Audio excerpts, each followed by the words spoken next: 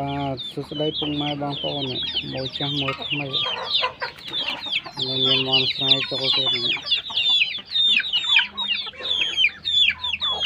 ស្អាតស្អាតសាច់ជើងលឿងសាច់លឿង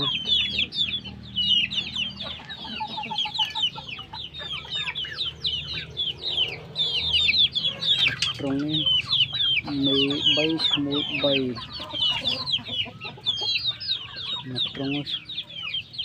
ឈ្មោះច្រើនត្រង់នេះឈ្មោះ6មេ8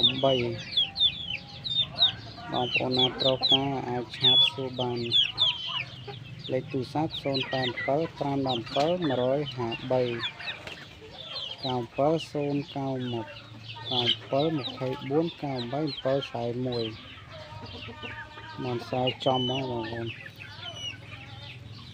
ស្អាតស្អាតបង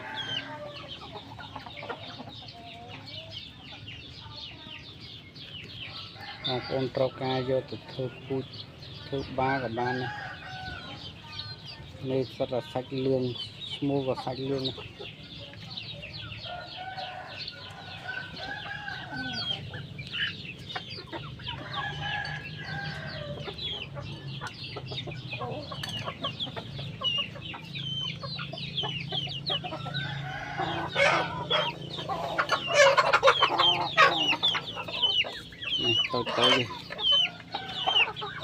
ទៅ8ខាំ7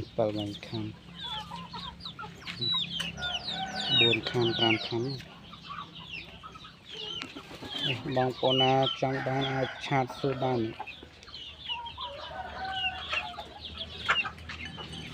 អរ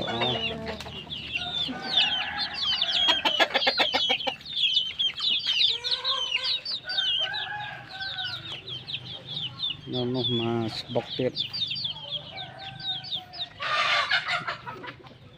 នេះមកនៅផ្ទះ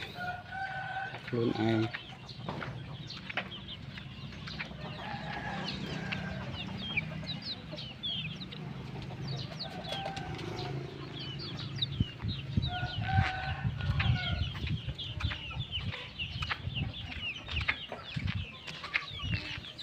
បងប្អូនណាត្រូវការអាចឆាតសួរបាន